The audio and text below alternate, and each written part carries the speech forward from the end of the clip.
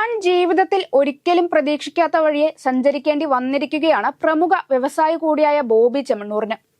കടുത്ത ലൈംഗിക വൈകൃതത്തോടുള്ള പരാമർശങ്ങൾ നടത്തുമ്പോഴും തന്റേതായ ആരാധക വൃത്തം സൃഷ്ടിക്കുവാൻ ബോബിക്ക് പലപ്പോഴും കഴിഞ്ഞിട്ടുണ്ട്.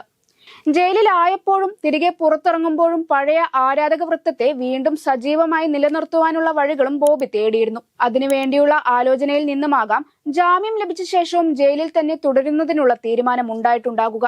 എന്നാൽ ആ കുബുദ്ധി ബോബിയെ കൂടുതൽ പ്രതിസന്ധിയിലേക്ക് നയിച്ചിരിക്കുകയാണ്. ജാമ്യം കിട്ടിയിട്ടും പുറത്തിറങ്ങാതിരുന്ന ബോബി ചെമ്മണ്ണൂറിനെതിരെ കടുത്ത വിമർശനമാണ് ഹൈക്കോടതി നടത്തിയിരിക്കുന്നത്. ബോബി നാടകം കളിക്കരുതെന്നായിരുന്നു കോടതിയുടെ രൂക്ഷ വിമർശനം. വേണ്ടി വന്നാൽ ജാമ്യം റദ്ദാക്കുവാനും തങ്ങൾക്ക് അറിയാമെന്നും കോടതി പറയുന്നു. കഥകൾ മെനയുവാൻ ശ്രമിക്കുകയാണോ എന്നും മാധ്യമ ശ്രദ്ധയ്ക്ക് വേണ്ടിയാണോ ഈ പരിശ്രമങ്ങളെന്നും മുതിർന്ന അഭിഭാഷകനെ പോലും അപമാനിക്കുന്ന സമീപനമാണ് ഉണ്ടായതെന്നും കോടതി പറഞ്ഞു. കോടതിയെ പോലും അപമാനിക്കാൻ നടത്തിയ ശ്രമങ്ങൾ അംഗീകരിക്കാനാവില്ല. വേണമെങ്കിൽ 1 മാസത്തിനകം പോലും കുറ്റപത്രം സമർപ്പിക്കാൻ ആവശ്യപ്പെടാൻ തങ്ങൾക്കറിയാം. ഇന്നലെ എന്തുകൊണ്ട് പുറത്തു വന്നില്ല എന്ന് അറിയിക്കണമെന്നും കേസ് വീണ്ടും പരിഗണിക്കുമെന്നും ഹൈക്കോടതി പറഞ്ഞു. റിമാൻഡ് തടവുകാരെ സംരക്ഷിക്കാൻ ബോബി ചെമ്മണ്ണൂർ ആരാണ്? നീതിന്യായ വ്യവസ്ഥ ഇവിടെയുണ്ടെന്ന് പറഞ്ഞ ഹൈക്കോടതി കാരണം കാണിച്ച് വിശദീകരണം നൽകുവാനും നിർദ്ദേശം നൽകി. അല്ലാത്തപക്ഷം ജാമ്യം റദ്ദാക്കുമെന്നും കോടതി താക്കീത് നൽകി. ജാമ്യം കിട്ടിയിട്ടും ജയിലിൽ തുടരുന്നതിനാൽ ഹൈക്കോടതി നടപടി എടുത്തേക്കാമെന്ന അസാധാരണ അവസ്ഥയിലേക്ക് എത്തിയതോടെയാണ് 10 മിനിറ്റിനുള്ളിൽ ബോബി പുറത്തിറങ്ങാൻ തയ്യാറായത്.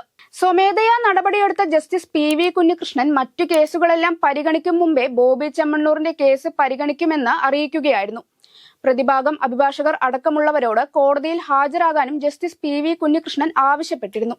കോടതി ബോബിയെ വെറുതെ അങ്ങ് വിമർശിച്ച് പോകുക മാത്രമല്ല ചെയ്തിട്ടുള്ളത്. മറ്റ് ആരോപണങ്ങളിലും സാമ്പത്തിക ക്രമക്കേടുകളിലും തുടരന്വേഷണങ്ങൾക്കുള്ള സാധ്യതയും കോടതി തുറന്നു കാട്ടുന്നുണ്ട്. കേരളത്തിലെ അന്വേഷണ ഏജൻസികളുടെ ശല്യം മാത്രമല്ല ബോബിക്ക് ഇനി ഉണ്ടാകുക. കേന്ദ്ര ഏജൻസികളും ബോബിക്ക് പിന്നാലെ കൂടുവാനുള്ള സാധ്യതകളും ഏറെയാണ്. നിലവിൽ സാമ്പത്തിക കുറ്റകൃത്യങ്ങൾ അന്വേഷിക്കുന്ന ദേശീയ ഏജൻസിയായ ED ബോബിയുടെ സാമ്പത്തിക ഇടപാടുകളിൽ അന്വേഷണം ആരംഭിച്ചിട്ടുണ്ട്. കഴിഞ്ഞ ദിവസം അദ്ദേഹത്തിന്റെ തൃശൂരിലെ ഫിജി കാർട്ട് ഓഫീസിൽ പരിശോധന പോലും നടത്തിയിരുന്നു. ഈ റെയ്ഡിൽ നിരവധി രേഖകൾ പിടിച്ചെടുക്കുകയും ടീം ലീഡേഴ്സിനെ ചോദ്യം ചെയ്യുകയും ചെയ്തിരുന്നു. കമ്പനിയുടെ മറവിൽ വിദേശത്തേക്ക് പണം കടത്തിയെന്ന സംശയവും വിവിധ ഏജൻസികൾക്കുണ്ട്. മുഖം മിനുക്കാൻ കൂടുതൽ ഷോകൾ ഇറക്കിയതിന് ബോബിയെ കൂടുതൽ ഏടാകൂടങ്ങളിലേക്ക് എത്തിച്ചിരിക്കുകയാണ്.